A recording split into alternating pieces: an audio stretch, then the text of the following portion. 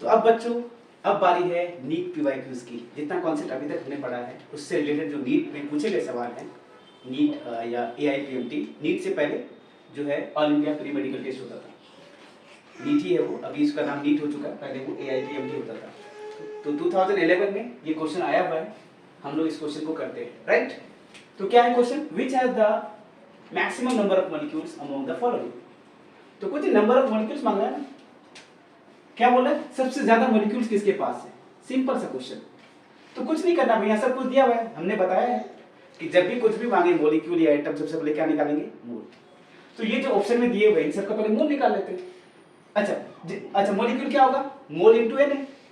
इसका मतलब ये है कि सब में Na मल्टीप्लाई होने वाला है, इसका मतलब डायरेक्टली ये कह सकते हैं जिसका मोल ज्यादा होगा उस पे सबसे ज्यादा मॉलिक्यूल भी होगा। सिंपल सा फंडा, हमें Na से मल्टीप्लाई करने की जरूरत भी नहीं, क्योंकि सब में Na से मल्टीप्लाई होगा, तो जिसका मोल ज्यादा हो जाएगा उसका मॉलिक्यूल भी ज्यादा हो जाएगा। तो चलिए क्वेश्चन करते हैं।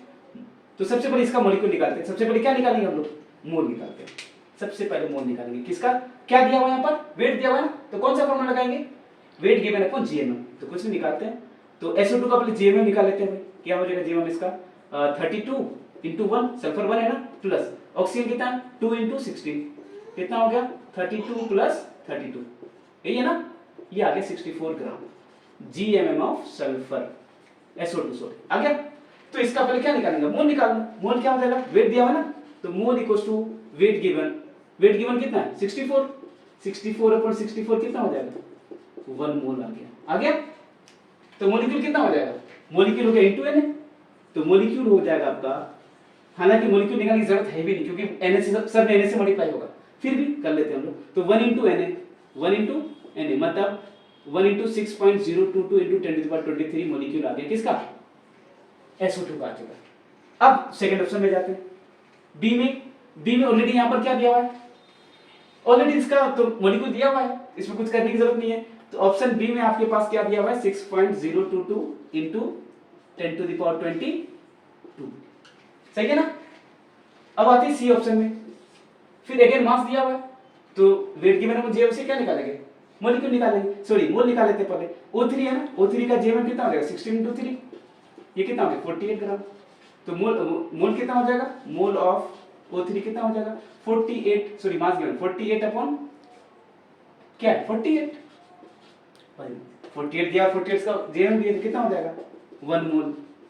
मॉलिक्यूल कितना हो जाएगा इनटू Na, मॉलिक्यूल हो जाएगा O3 का 1 × 6.022 डिवाइड होती है, तो बात बराबर वही आ गया।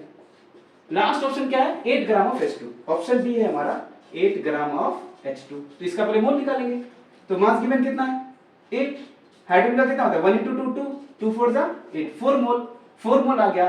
तो मॉलिक्यूल कितना हो जाएगा, नंबर ऑफ मॉलिक्यूल हो जाएगा इसका 4 × Na, मतलब 4 × 6.022 × 10⁻23।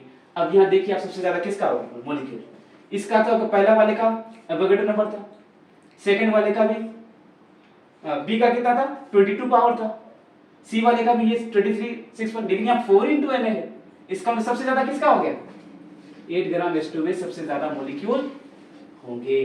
तो ये करेक्ट आंसर हो गया, कितना आसान क्वेश्चन था। तो ये आपका AIPMT नीट जो all India pre medical test है 2011 में सवाल पूछा गया है।